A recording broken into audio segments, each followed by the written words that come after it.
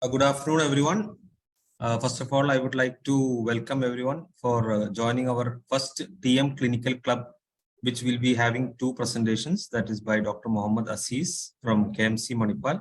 He'll be talking on a case on management of severe RH alloimmunization, pregnancy by IUT. And by Dr. Shaniba AB, she'll be talking about the management of anemia and recurrent transfusion reaction in pregnancy. She's JR from Jubilee Mission Medical College. For this first and very important session, we have our beloved madam, Dr. Maya Devi madam. She is the professor and head of Department of IHBT from Government Medical College. She is the director of the Model Blood Bank. She's also the state nodal of the State Nodal Center. Madam has around 8 publications in index journals, nearly 20 popular articles in relation to transfusion medicine. Madam has got the Lifetime Achievement Award from Kerala Blood Donor Society, also the Jeevan Raksha Award by Anti-Narcotic Action Council of India. Madam has around 28 years of teaching experience in Government Medical College. Madam is also the curriculum committee member and evaluator in Kerala University of Health Sciences. Madam is question setter and interview member in KPS, Kerala Public Service Commission. Madam has participated as faculty in various state and national level conferences. Madam is a guide for the last 12 years for PG students for 12 years. Madam has experience in internal and external examiner in MD transfusion medicine. All over to you, madam. Can I call the first PG? Thank you, Rafi, for the introduction, and I thank TMAS for inviting me to this session. So let us start the session. Sure, madam. I'm calling the first participant. Okay.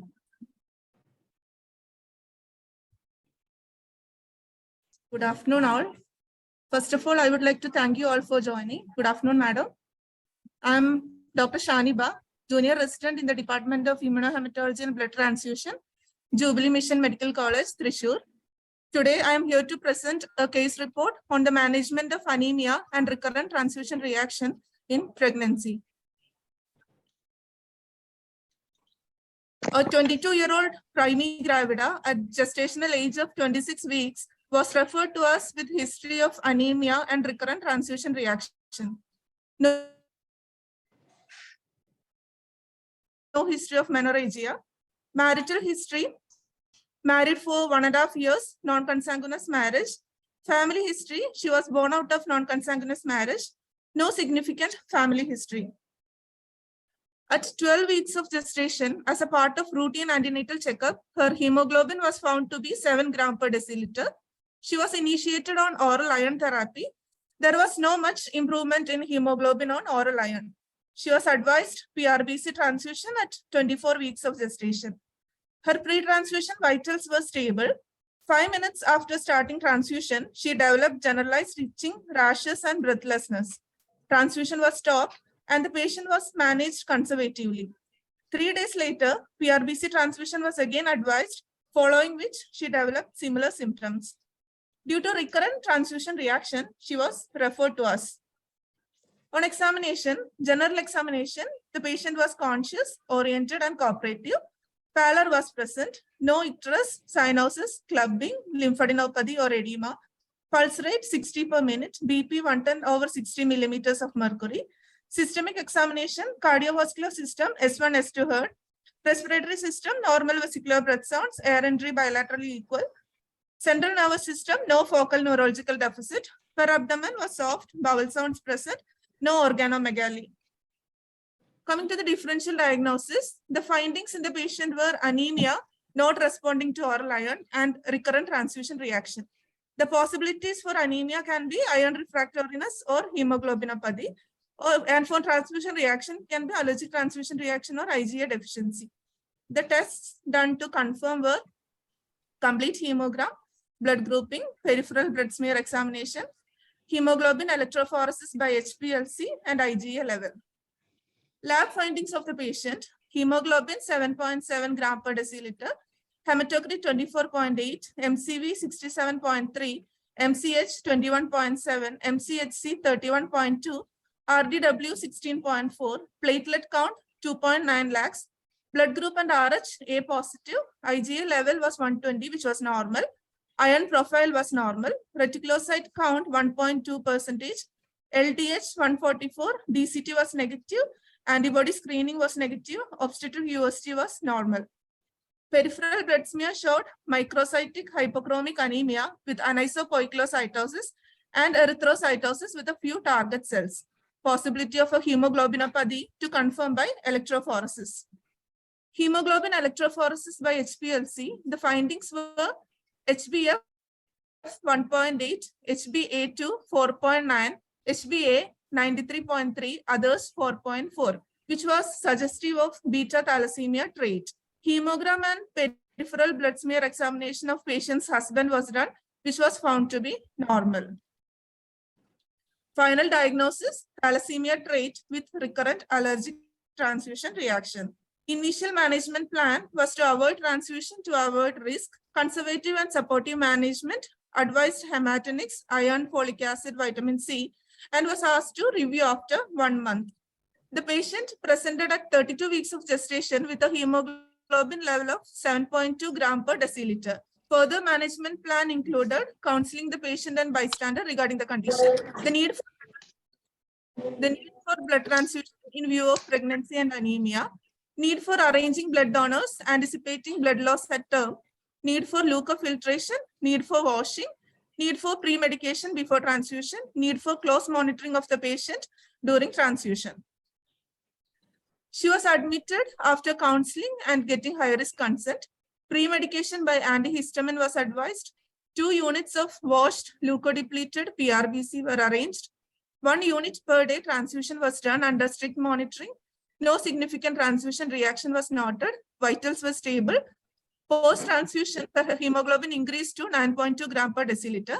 Patient was discharged and was advised to return at term. At 37 weeks of gestation, patient was admitted complaining of pain with a hemoglobin of 9.6 gram per deciliter. After pre-medication, 1 unit of washed leukodepleted PRBC transfusion was done. Transfusion was uneventful. Vitals were stable. Post-transfusion HB 10.2 gram per deciliter. Thereafter, induction of labor was done at 38 weeks of gestation. She delivered a healthy baby by normal vaginal delivery. No history of any bleeding. She was discharged on the 3rd day postpartum. Coming to the discussion part, anemia in women with thalassemia usually deteriorates during pregnancy, but a proportion of them can remain undiagnosed as anemia can be mild or even absent. Therefore, in those patients, the pregnancy will be uneventful and normally completed. Thalassemia in combination with gestational anemia account for different complications of thalassemic pregnancy such as IUGR and preterm labor. Most of the centers transfuse pregnant women aiming to maintain a hemoglobin at the goal of more than 10 gram per deciliter to ensure appropriate fetal growth. Hemoglobin electrophoresis remains the gold standard for the diagnosis and classification of thalassemia. Quantitative evaluation of HbA2 can be made by either electrophoresis or by high-performance liquid chromatography. HPLC can also quantify HbF. On the left side, the diagram shows normal HPLC pattern, and that on the right side shows HPLC pattern in thalassemia trait, where you can see both HbF and HbA2 are elevated. Thalassemia trait and pregnancy. Patients with beta thalassemia trait usually require no treatment, but those with more severe form require blood transfusions throughout their life to treat anemia and associated complications. Pregnancy is a state of hemodilution, and the development of anemia is common in all pregnancies due to change in the plasma volume. In those patients with beta thalassemia trait, pregnancy can precipitate anemia and they may require blood transfusion. It is important to be aware that anemia in such patients may be misdiagnosed as iron deficiency anemia and inappropriately treated with iron replacement. People with thalassemia may be advised to avoid iron supplements because they are at risk of iron overload.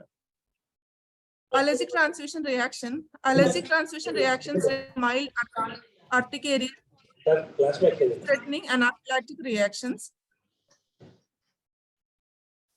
Patients with anaphylactic transfusion reactions are distinct in that they also develop hypotension, bronchospasm, stridor, and GI symptoms.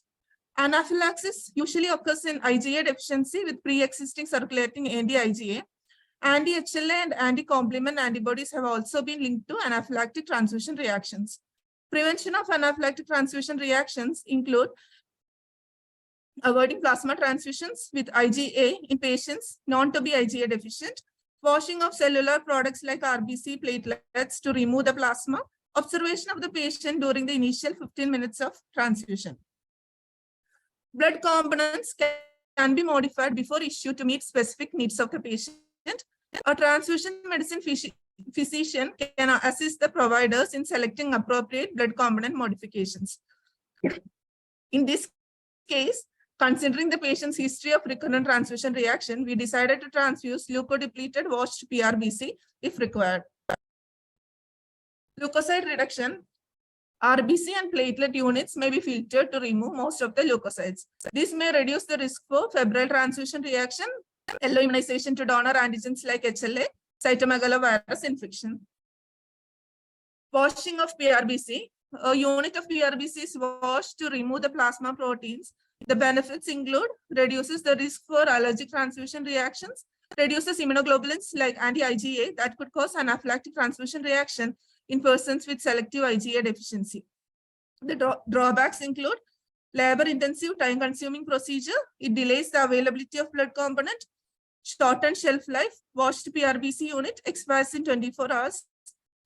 RBCs become more fragile and more susceptible to hemolysis. Procedure of washing of PRBC. The materials required: PRBC unit, 450 ml triple bag, 500 ml saline pouch, centrifuge, plasma expressor, sterile connecting device, tube sealer, electronic weighing scale. The steps of washing. First, take a 450 ml triple bag.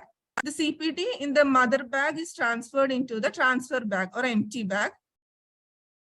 Then the 0.9% normal saline, 500 ml of it is transferred into the mother bag by piercing the needle into the white outlet of the saline pouch.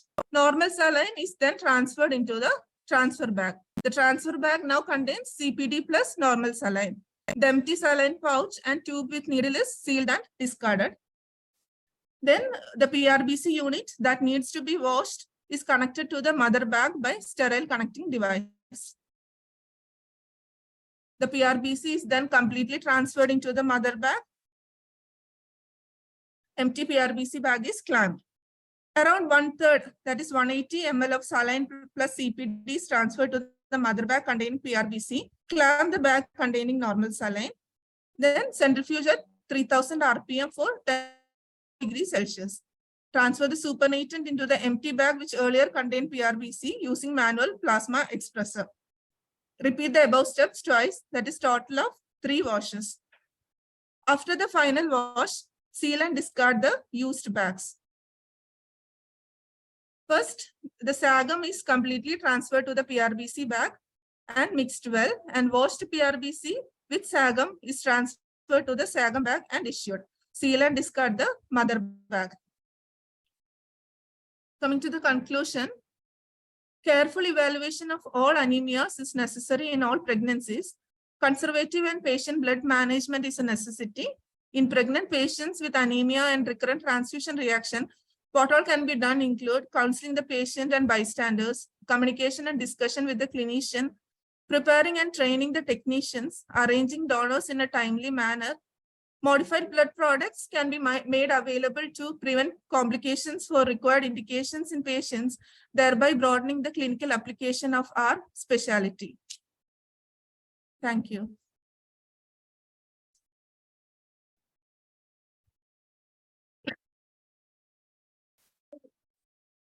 Thank you. Thank you, Shaniba, for the nice presentation, and your topic is very interesting because the case itself is very interesting. Usually in antenatal patients,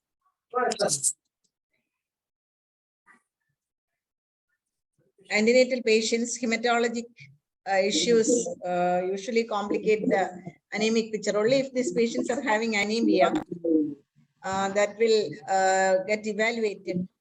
And it's actually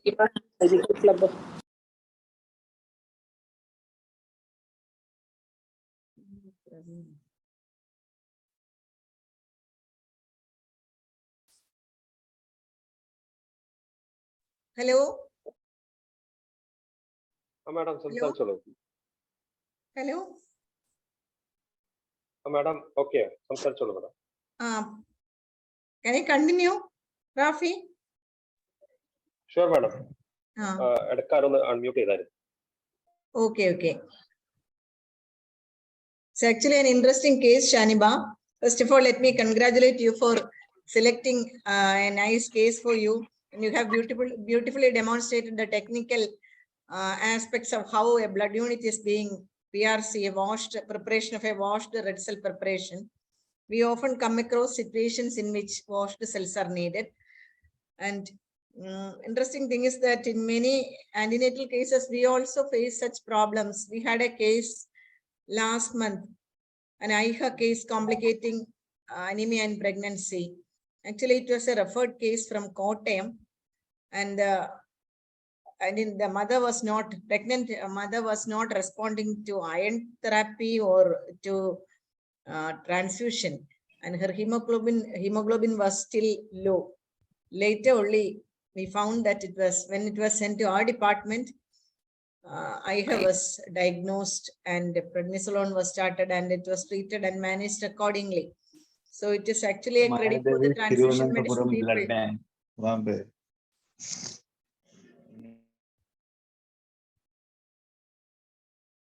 Hello. Yes, madam. It's actually a credit on our side to manage such cases. And the drawbacks you mentioned in the packs, washed cells, I think most of them are negligible. And the last one that you mentioned is these red cells are more fragile and prone for lysis. We cannot consider that aspect also, because anyway we have to transfuse. So it can also be ignored when we take these things into consideration. And since the LDH and the DCT levels are, DCT is negative and LDH is within normal limits, the thalassemia rate was diagnosed only in the antenatal period. It was diagnosed. Yes, madam. Thalassemia. Yes, madam. Okay. So anyway, Shaniba, it was a good presentation. Thank you, ma'am. And the case was also good for discussion. Thank you, ma'am. Anyway, your interaction was so successful that the hemoglobin level was raised, and in the delivery phase as well as in the late antenatal phase, you were able to help the patient to a large extent. Actually, that is a credit on our part, is it not? Yes, ma'am. Okay, fine. Thank you, ma'am. Questions? Any questions from the participants?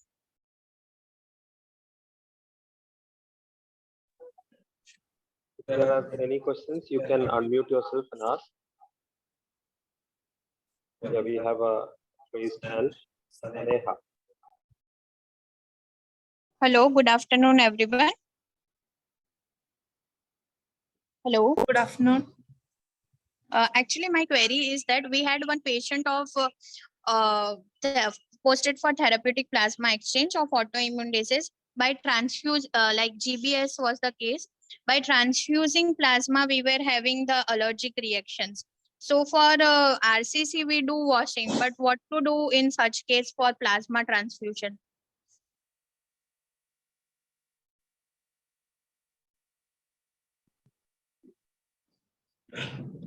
Pre-medicate the patient before transfusion by antihistamines.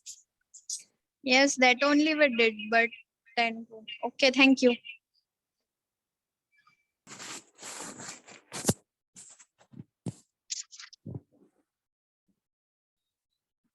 Good afternoon, everyone. Sorry for the technical glitch. I am Dr. Aziz from Kasturba Medical College, Manipal. I'll be presenting a case on management of severe RH alloimmunization pregnancy by intrauterine transfusions.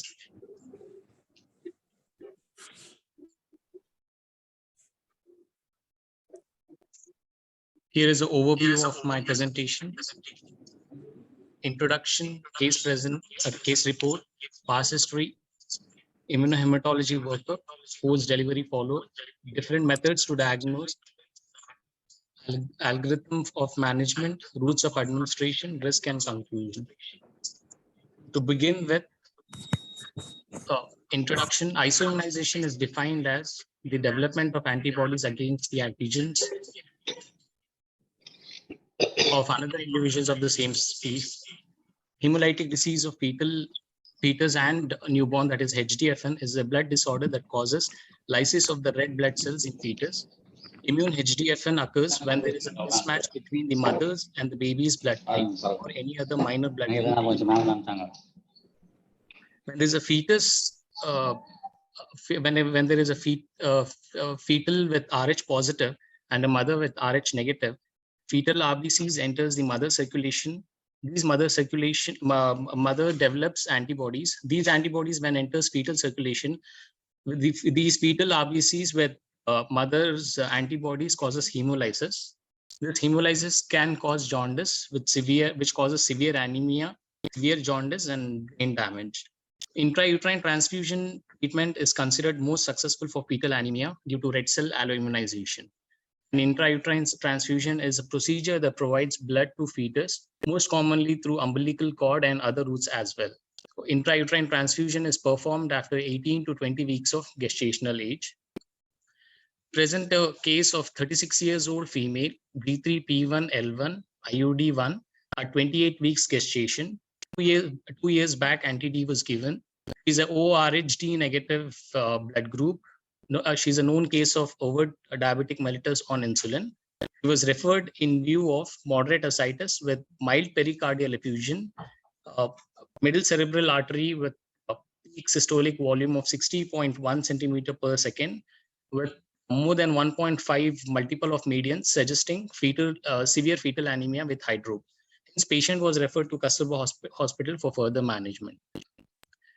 Fetal medicine scan done in Kasturba Hospital on 20 July showed presence of ascites, pleural effusion, and scalp edema, all suggesting of fetal hydrope.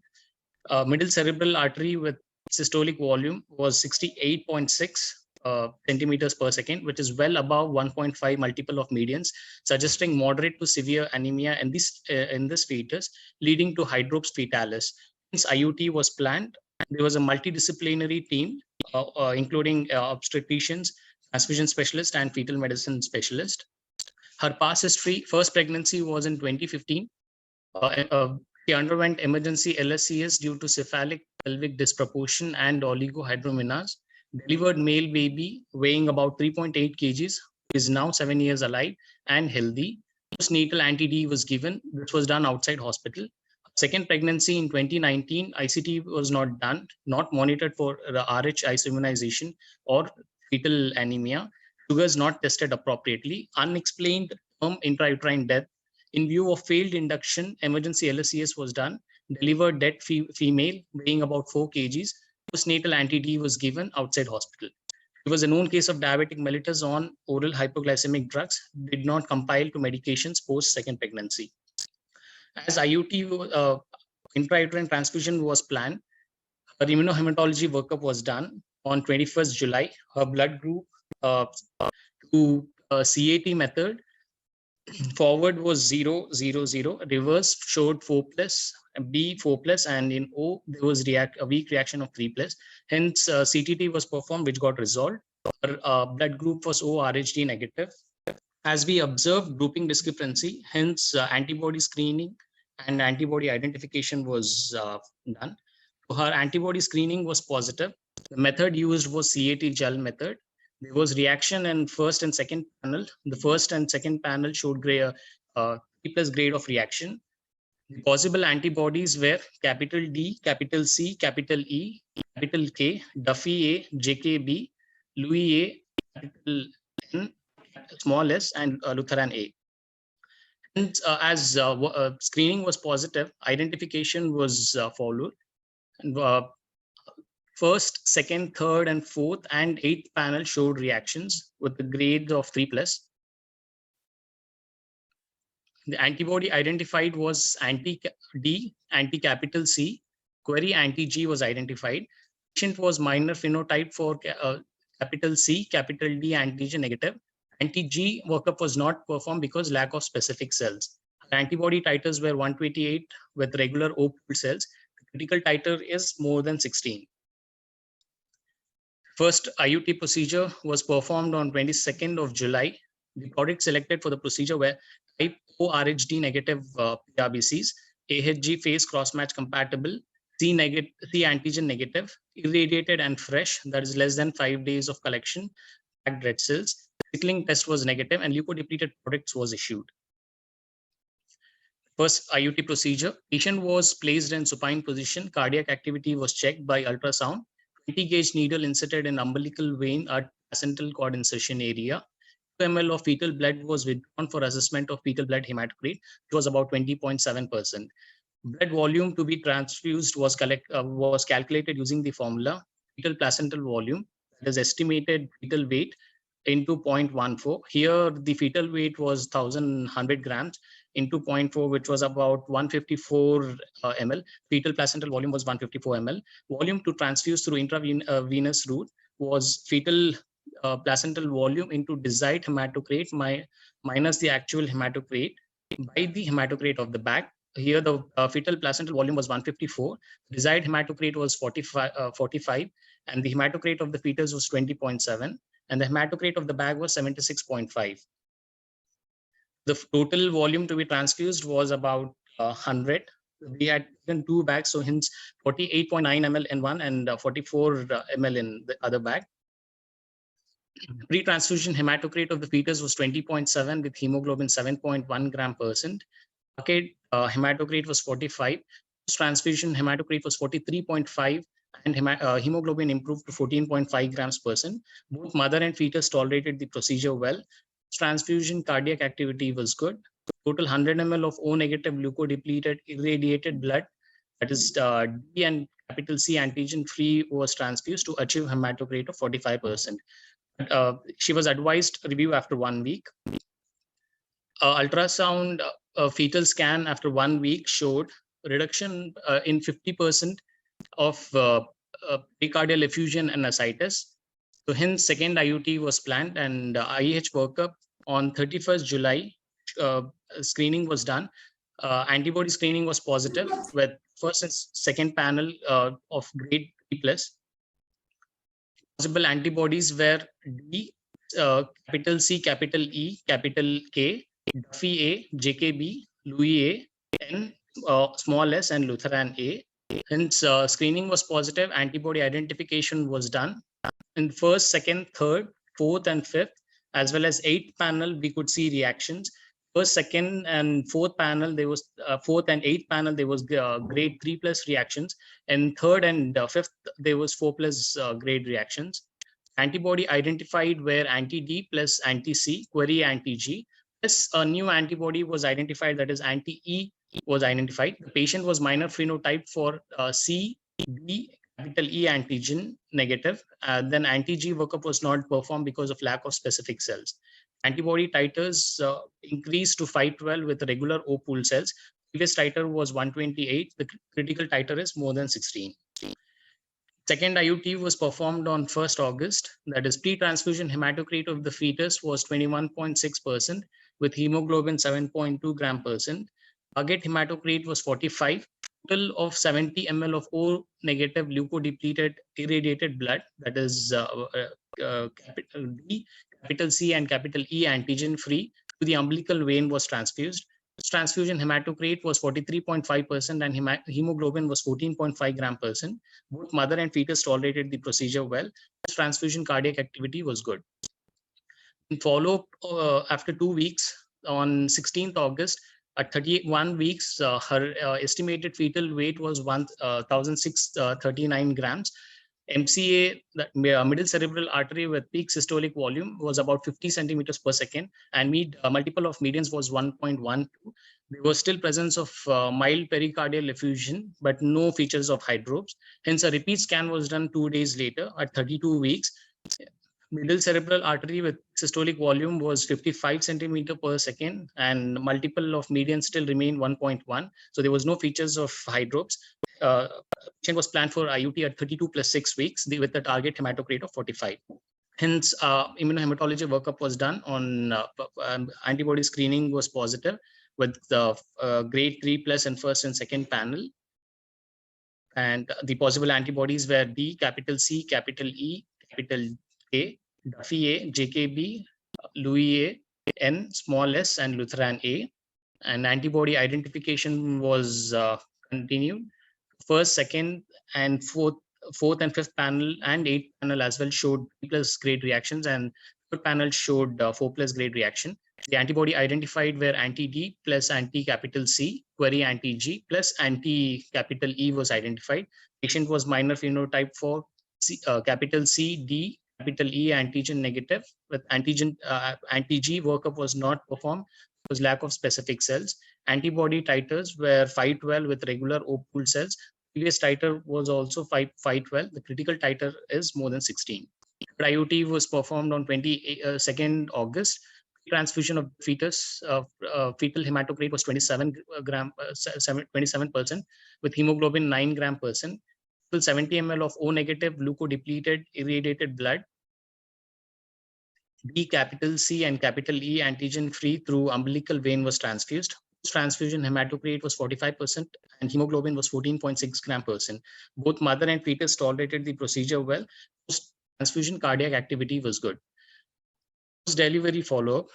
The patient delivered a male baby at 34 plus 4 weeks at KMC Manipal Hospital on 3rd of September through LSCS. Baby's weight was 2.1 kgs at birth with hemoglobin of 13.5 gram percent. Baby did not cry at birth with respiratory distress, hence was admitted in ICU for oxygen support and phototherapy.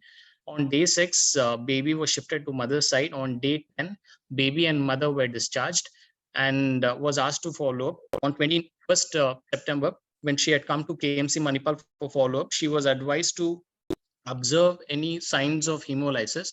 She started noticing yellowish discoloration, hence admitted in outside tertiary care hospital on 6th of October. 1 unit of PRBC was transfused based on baby's weight, and on 11th October was discharged and referred to our hospital for further management. She was admitted on 11th of October and her hemoglobin was 6.3 with hematocrit of 18.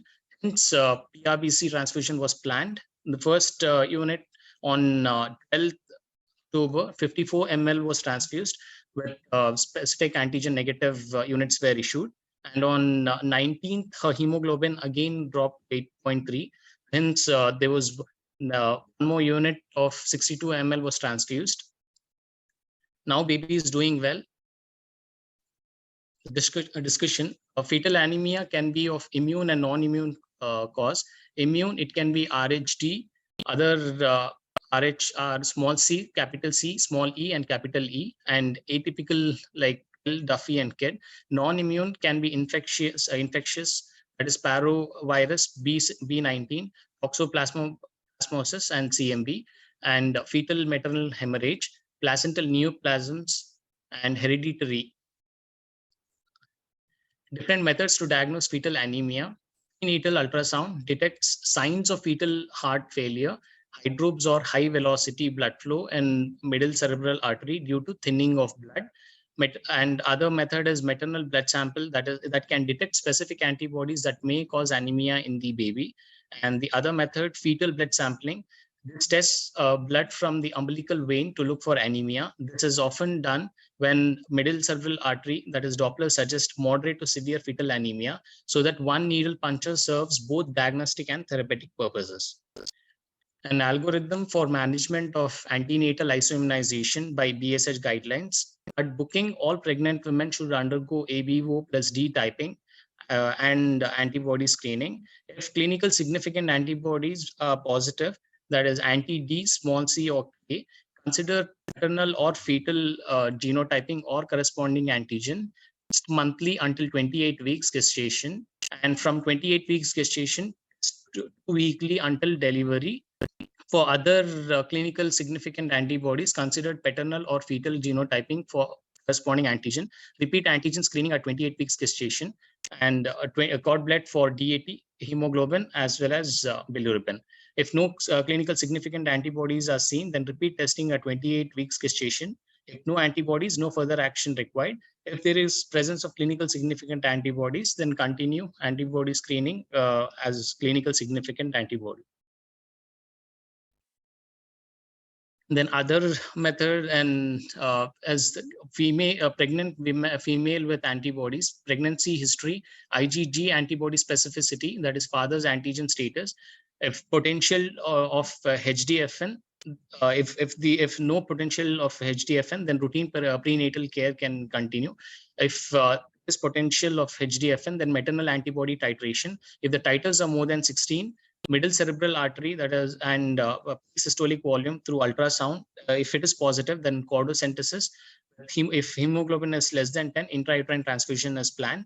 If MCA and PSV is negative, then repeat every 2 to 4 weeks. And if the titers are less than 16, then repeat every 2 to 4 weeks. This is a circuit diagram for IUT. As you can see, this was published by our HOD, Dr. Shami Shastri.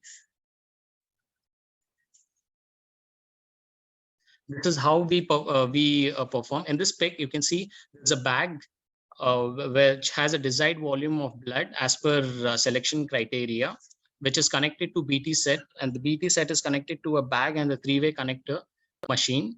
This machine is an infusion machine. This infusion machine is preset at a rate where until slowly push the blood to the baby. So here we need a red blood cell unit, standard blood transfusion set, syringe infusion pump, a 50 cc syringe, three-way stop cock, extension tubing of 150 centimeter, and amniocentesis needle, that is echo tip 20 gauge needle, and ultrasound transducer. The other routes of IUT are intravenous and intraperitoneal. The risk of intrauterine transfusion can cause prenatal death, emergency cesarean delivery, infection, premature rupture of membranes, inadvertent arterial puncture, bradycardia, or tachycardia. There are a few studies on alloimmunization and HDFN. A study in India by Shami Shastri et al. Frequency and clinical significance of red cell antibodies in pregnancy, a prospective study from India, is that other than anti-D, that is 49%, other antibodies like anti-D plus anti-capital C, which amounts about 5%, anti-G about 5%, anti-small c is about 5%, anti-capital is about 2%, anti-small e 2%, anti-H, that is Bombay phenotype, which amounts about 7%, anti-M 2%, anti-Louis A 2%, anti-Louis B 12%. Varghese et al., a study in South India, that is red cell alloimmunization among antenatal women attending a tertiary care hospital in South India, had seen that anti-D was the most frequent antibody found in 8.85% RHD negative women, and also other antibodies like anti-capital C, small c, capital E, JKA, JKB, M, and S. Then is Sidhu et al. Study in North India, that is prevalence, specificity, and titration of red cell allo antibodies in multiparous antenatal females at a tertiary care center from North India. There is significant increasing degree of alloimmunization with increase in gravida. Allo antibodies detected were anti-D, anti-capital C, capital E, and capital K. Anti-D constituted about 80% of all allo antibodies detected. An international study on alloimmunization HDFN, Nordeville et al. Study on red blood cell antibodies in pregnancy and their clinical consequences, synergetics effects of multiple specificities. Anti-D was the most common antibody, which was amounting 46.6%, followed by anti-capital K, that is 15.4%. A combination of antibodies was detected in 27%. Smith et al. Study on prevalence of clinical significant red blood cells and alloantibodies in pregnancy, women at a larger tertiary care facility. Approximately 1 in 83 obstetric patients had one or more RBC alloantibodies capable of causing HDFN, that is anti-capital E, M, D, were the most frequent specificity respectively. Conclusion, this case tells us the importance of antibody identification after each sensitizing event, in this case being IUT. Patient once immunized can get immunized to subsequent other allo antigens. We recommend that RH-KEL matched products to be transfused in all IUTs. Thank you.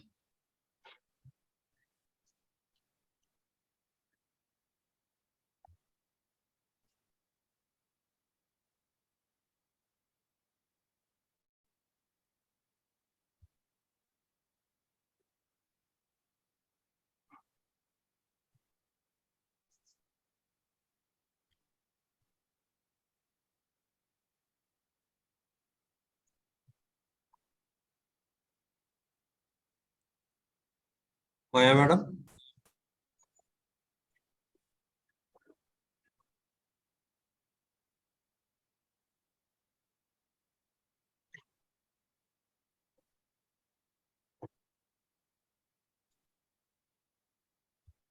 So it was O negative, sir. Mohan, sir. The the blood which we selected was O negative, ORHD negative.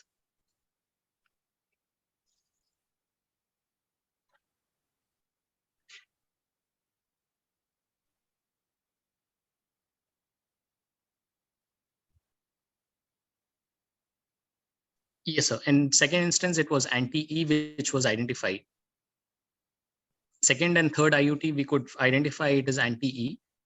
Hence, capital C, D, and capital E antigen negative product were selected, and you.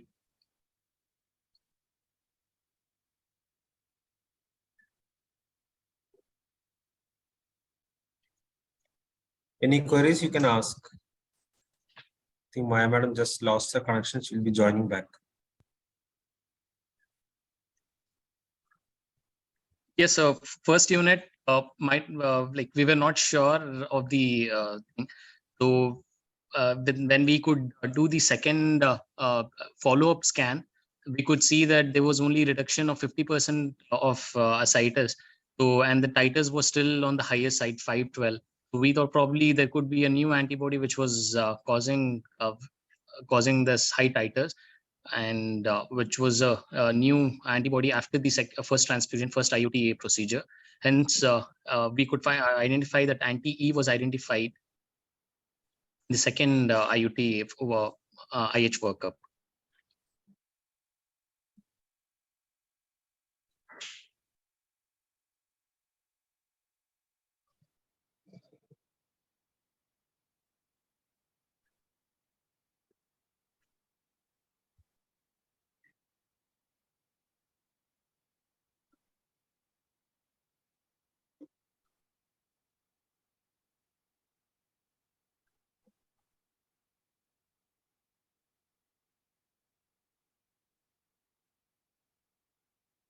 Ashish, there's a query in the chat box. Yes, sir.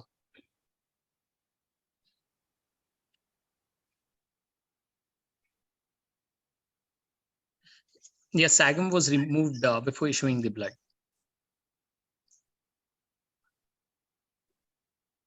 And regarding transfusion from outside tertiary hospital, they give Sir. 2 units, no? But Yes, that would not have sensitized a new antibody, would it? Yes, sir. Probably it could have caused, the reason was the outside hospital were not aware of the IUT which was happened before. Hence, they were unaware of it, and probably they would have transfused without the specific antigen negative units.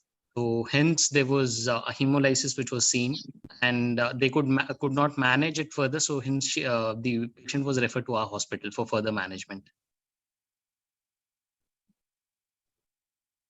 So would you advise RH-KEL phenotyping like prior to initiation of IUT or something like that? Yes, sir. Yes, sir. Now that we have seen this, post IUT, like there should be screening and antibody identification prior to every IUT procedures to not miss any antigens, so that there won't be any hemolysis causing further. Yes, Maya madam has rejoined. Madam? Thank you, Rafi. Aziz, Mohammed Yes, ma'am. Aziz, have Yes, ma'am. presented your topic in a very detailed manner, and congratulate you for presenting an interesting topic on intrauterine transfusion and very informative session, especially the slides, that picture slide having designed by your madam Shami Shastri. That's very Yes, good. ma'am. And Yes. thank you for sharing the information. Thank you, ma'am. This case, this antenatal case, where I think no proper follow-up has been there for the antenatal patient from the gynecology side, is it not? Ma'am, after the patient was admitted here for the third pregnancy, immediately. Okay. Before that, it was not Before that, properly yes, ma'am. managed. First and Yeah. second pregnancy, yes. Yeah. Yeah, it was not followed up. When we came to your hospital, everything Yeah. became okay, no? You Yes, were yes, able ma'am. to give okay. So it's a successful case of intrauterine transfusions, even though the baby had high drops and so many complications the baby had at the Yes. time of delivery. Really appreciable work from your side. Another thing is, Thank you, I think you gave top-up transfusions for one or two transfusions, top-up. Baby need. Yes, ma'am. Yeah. Yeah, after that, the hemoglobin was increased from 6.3 to 8.3, you said. Am I correct? Yes, ma'am. Yeah. Yeah, ma'am. That was 8.3. Then we had planned for one more transfusion, which was about 64 ml. After that, the hemoglobin improved about 12. Now baby is coming up for follow-up and baby is doing well. Okay, and that's really nice. Okay, thank you, Muhammad, for the nice presentation. And I think is ICT routine in your place for all antenatal mothers or for only D negative? Yes, ma'am. Yeah. Yes, for all ma'am. It is antenatal mothers, irrespective of whether they are D negative or not. Yes, ma'am. Yeah. Yeah. So we have to look for other antibodies also that may cause Yes. HDFN. So thank Yes, you. sir. Thank you, Sis, for the wonderful presentation. Thank you, ma'am. Any questions from other faculties or other PGs? Yeah, any queries, please to unmute and ask.